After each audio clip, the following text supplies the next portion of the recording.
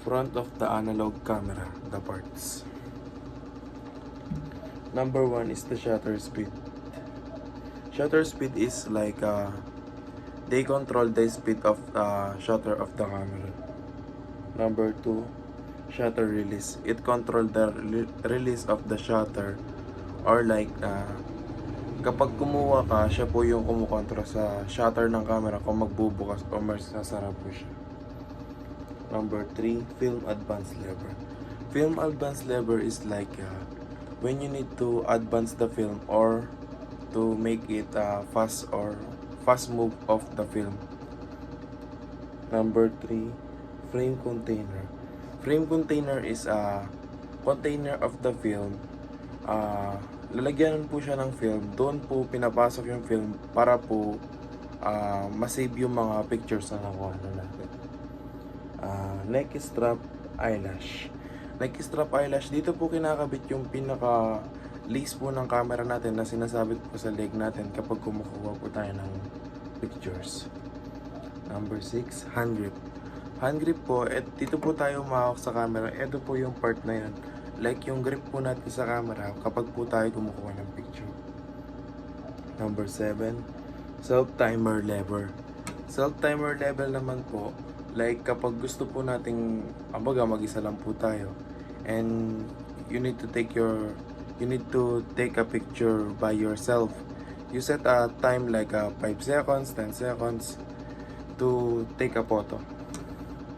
And number 8, lens release button.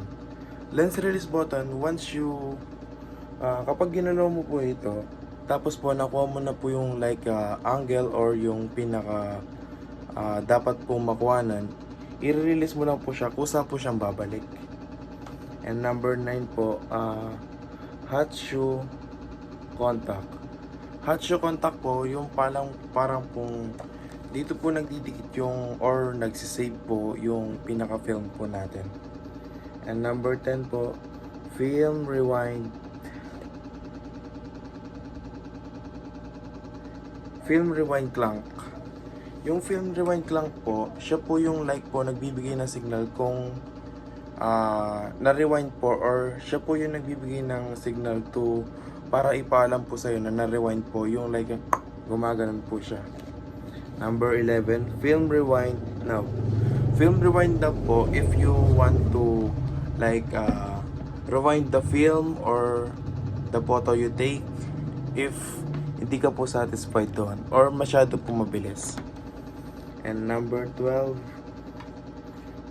film speed window. Film speed window is like siya po yung nakatoka po to close the window, the passing light po, like nandito po siya sa loob nun. Kapag po nag-take siya ng picture, siya po yung pinaka responsible po to close and open po this. Number 13, aperture ring. Aperture ring po, ito po siya, yung nasa pinakadulo po ng camera.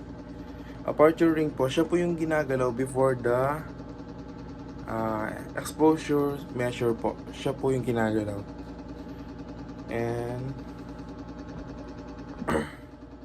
number 14 po, distance scale. Distance scale is siya po yung nagme-measure or nag-i-scale kung gaano po kalayo yung kayang i-shutter po ng camera natin. 15, focusing ring. Sometimes po may camera, ang camera po natin ay medyo blurred po. Pero using po this focusing ring, nakukuha po natin yung pinaka best view po ng camera or best image po. Number 16, preview lever. Preview lever po, yung like po, pinipindot mo po siya bago mo po pindutin yung shutter button po. Pinipreview mo po yan para makita po if clear na yon or okay na po yun. Number 17, multiple exposure of lever. Multiple exposure of lever po, like siya po yung pinaka dito, para pong pinaka major components po dito sa itaas po. Nakasama po siya ng mga shutter speed lever po, Parang siya po yung pinaka main command po. And number 18, exposure measure. Sa exposure measure naman po, pumapasok po dito yung yung ganda po ng quality ng kuha po ng ating camera. And yung exposure po, nandun din po yung light and combination po para po mas maganda po yung result. Back camera.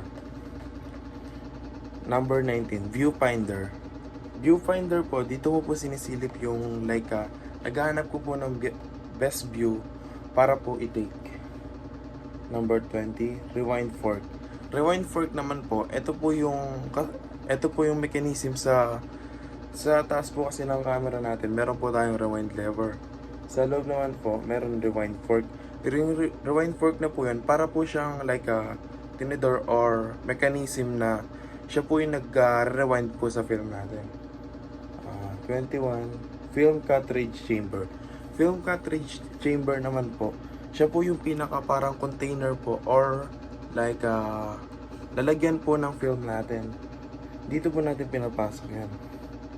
Number 22, battery chamber of lead. Battery chamber of lead po, dito naman po nilalagay yung battery ng camera. Yung battery po ng camera na yun po yung nagbibigay po ng power sa light po, dun po sa other mechanism yung light po, yun yung pong minsan ginagamit po parang flash po. Next, number 23. Number 23, tripod socket. Tripod socket naman po, siya po yung pinaka ginagamit po pag may event, di ba po, kailangan po steady po yung camera. Nilalagyan po siya ng tripod socket. Yung tripod socket po, meron po siyang tatlong paa. And dito po siya kinoconnect. Next, number 24, film guide rails. Film guide rails po, di ba po sa film natin, and sa side niya po, meron po siya maliliit na hole po, na butas-butas. Doon po doon po pumapasok yung film guide rails. Meron po siyang parang sprocket na umiikot para po hindi mawala sa forma yung or sa align po yung film natin. Number 25, film sprocket. Ito po yung katugulong po ng film guide rails. Film sprocket naman po is yung sa example po sa bike po. Di ba po meron siya mga spike. Yung mga spike na po yun yung po nag-guide po sa film natin para po hindi siya maligaw or hindi po siya malihis.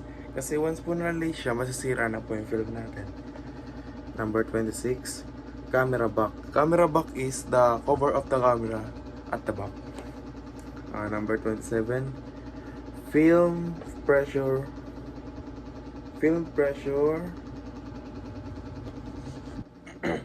Number 27, film pressure plate. Yung film pressure plate naman po, siya po yung parang nagpe-press po sa film natin to give penetration po para po parang ma-print or maibakat po yung nakuha niya pong image. Number 28, film rewind button. Film rewind button po, meron po tayo sa harap nito. Dito po siya nakapwesto. Pero meron din po dito at para po siyang tagusan, pero meron po siyang mechanism sa baba. Next, number 29, film take up spool. Film take up spool, po siya po yung panguha ng film natin or yun po yung pinufull natin bago po natin siya isampa dito sa may sprocket po. Number 30, film cartridge confirmation. Film cartridge confirmation.